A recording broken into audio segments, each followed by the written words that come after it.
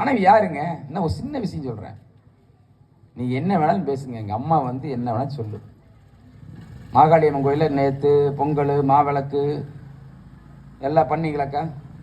விளக்கு பூஜையெல்லாம் பண்ணீங்களா? சாமி அம்மா வந்தாங்களா? குங்குமம்லாம் கொடுத்தாங்களா? வாங்கினீங்களா? வாங்கி என்ன பண்ணீங்க சொல்லுங்க. ஒன்றும் இல்லை, நம்மளால திருநூறு கையில் கொடுத்தா நேரம் உள்ள பட்டை போட்டிருக்கானு வெளியே பட்டை போட்டிருக்கானு பாப்பா அப்படியே அப்படி போயிட்டே இருப்பான். அது ரெண்டாவது பார்த்துக்கலாம் போடனே. ஆனால் பெண்கள்கிட்ட கொடுத்து என்ன பண்ணுவாங்க தெரியுமா? நேராக அந்த குங்குமத்தை வாங்குவாங்க. குங்குமத்தை இப்படி எடுத்து இந்த விரலை தான் எடுக்கணும். இப்பெல்லாம் பிள்ளை எடுத்து இப்படியும் வைக்குது. அது இல்லை, இந்த விரலை இப்படி எடுத்து அழகா இங்கே வைக்கு, இங்கே பொட்டு வைக்க. எங்கே? நேரில். எதுக்கு வைக்கிறது சொல்லுங்க? எதுக்கு? போட எல்லாம் வச்சாங்க, நானும் வைக்கிறேன். எங்கள் அம்மா வச்சா, எங்கள் மாமியா வச்சா, நானும் வச்சிட்டு இருக்கேன். இதை ஒரு கேள்வி நான் கேட்டிருக்கேன் பாரு.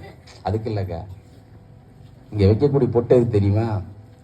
நேர் வகடு எடுத்து இந்தெல்லாம் ஒரு குடும்பம், இந்தெல்லாம் ஒரு குடும்பம். இது புகுந்த வீடு, இது பிறந்த வீடு. இந்த இரண்டு வீட்டிற்கும் நடுவிலே நான் ரத்தம் சிந்தியாவது பாலமாக இருந்து காப்பேன் அப்படிங்கிற வைக்கிறத இந்த பொட்டு. புரிஞ்சுக்க. அதையும் தாண்டி அதை பொட்டை அப்படியே கையில் எடுத்துட்டு கோயில் பக்கம் திரும்பி டக்குன்னு அந்த மங்கலியத்தை எடுத்து ஏக்கா அதில் வைக்கிற போட. அதில் தாண்டா அவர் இருக்கிறாரு. யாரு அவர்? 98 இருக்கிறான். இதில் இருக்கிறார். அவன் நம்பிக்கை பாருங்க. அவன் இப்படி இருக்கிறான் 90 வாவிட அப்படின்னு நிற்கிறான். ஒரு நம்பிக்கை பாருங்க. அப்படியே வச்சு புரியுதா? ஒரு சின்ன விஷயம் தாங்க. அந்த நம்பிக்கை தான் நம்மளுடைய தமிழுடைய பண்பாடு, நாகரிகம், கலாச்சாரம் இதில் தான் அடங்கி கிடக்குது. நம்ம நாட்டுக்கு வெளிநாட்டுக்கு என்ன வித்தியாசம் தெரியுமா? நம்ம நாட்டில் தாங்க கணவன் முன்னாடி போனால் 10 அடி பின்னாடி வந்தாலும் எங்கே போனாலும் பின்னாடி நடந்து வீட்டுக்கு பொன்னாடி வந்து சேர்ந்துருவான். வெளிநாட்டில் நீங்கள் 10 அடி இல்லை 10 இன்ச்சு கேப் விட்டு நீ முன்னாடி போனேன்னா அடுத்த செகண்ட் அவன் வேற பக்கம் கை கொடுத்துட்டு போயிட்டே இருப்பான். இதான் நம்ம நாட்டுக்கு வெளிநாட்டுக்குள்ள வித்தியாசம். இன்னும் ஏன் வெளிநாட்டுக்காரன் நம்ம கலாச்சாரத்தை பார்க்குறான், பயந்து சாகிறான்னா இதுதான் காரணம்.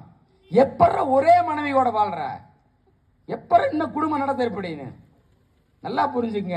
மனித வாழ்க்கையில் தாய் என்பவளும் தாரம் என்பவள் ஒரே பெண்ணாகத்தான் இருக்கிறாங்க. இதுல ஒரே சின்ன விஷயம்தான், ரெண்டும் பெண் தான்.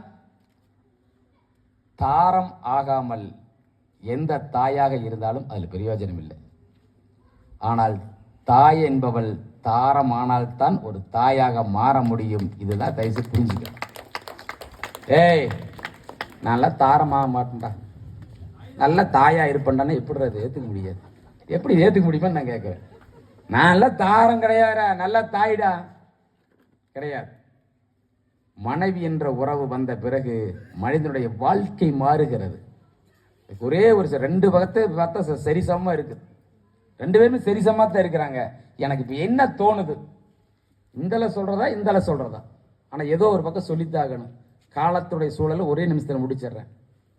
2 பேரும் பெண் என்ற உறவத்திலே குடும்பத்தை நடத்துவதிலே சிறப்பாகத்தான் இருந்திருக்கிறார்கள்.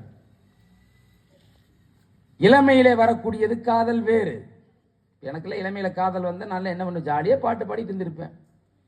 அப்படியே ஒரு பார்த்தேன்னா காலேஜ் போகிறப்போ லவ்வர் பின்னாடிக்கு வர வச்சு அது அப்படியே வேறென நீ இருந்தாய், வேறென நீ இருந்தாய், அதில் நான் வீழ்ந்து விடாதிருந்தேன். பேருக்கு பிள்ளை உண்டு, பேசும் பேச்சுக்கு சொந்தம் உண்டு. பேருக்கு பிள்ளை உண்டு, பேசும் பேச்சுக்கு சொந்தம் உண்டு. என் தேவையை யார் அறிவார்?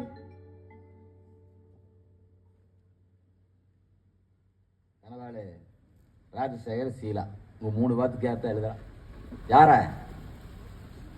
குடும்பமே எல்லாம் விட்டு போயிருச்சு. பத்மினி மடியில சிவாஜி கணேசன் படுத்திருக்கிறார். அந்த நடிப்புக்கு இன்னும் 5-6 ஆஸ்கர் விருது கொடுக்கலாம். ஆனா சிவாஜி பத்மினி அப்படி நடிச்சிருப்பாங்க ஐயா. புரியுது? அதெல்லாம் வாழ் வேறங்க.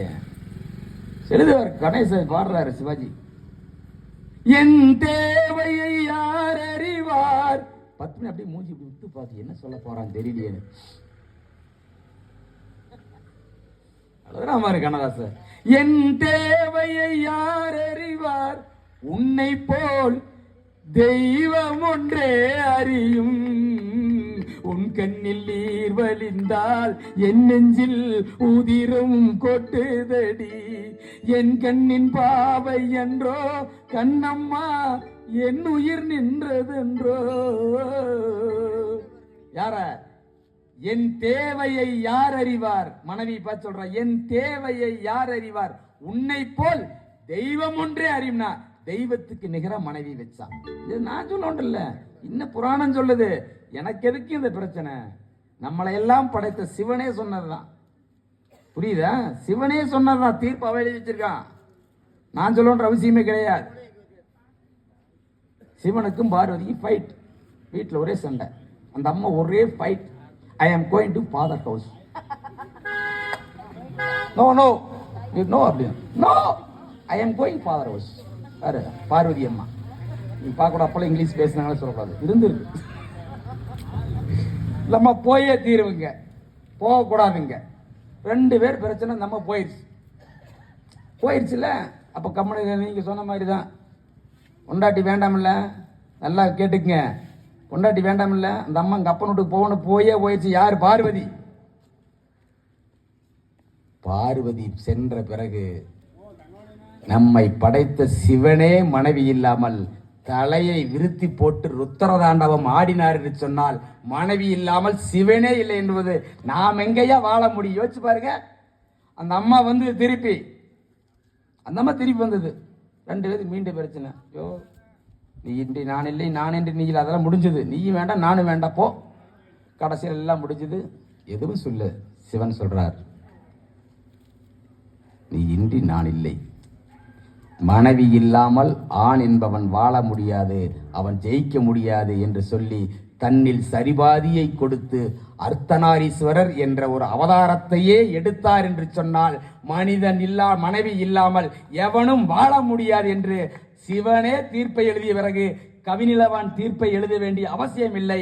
ஆண்களின் வெற்றிக்கு பெரிதும் காரணமாக இருப்பது தாய் என்பவள். எப்படி தெரியுமா?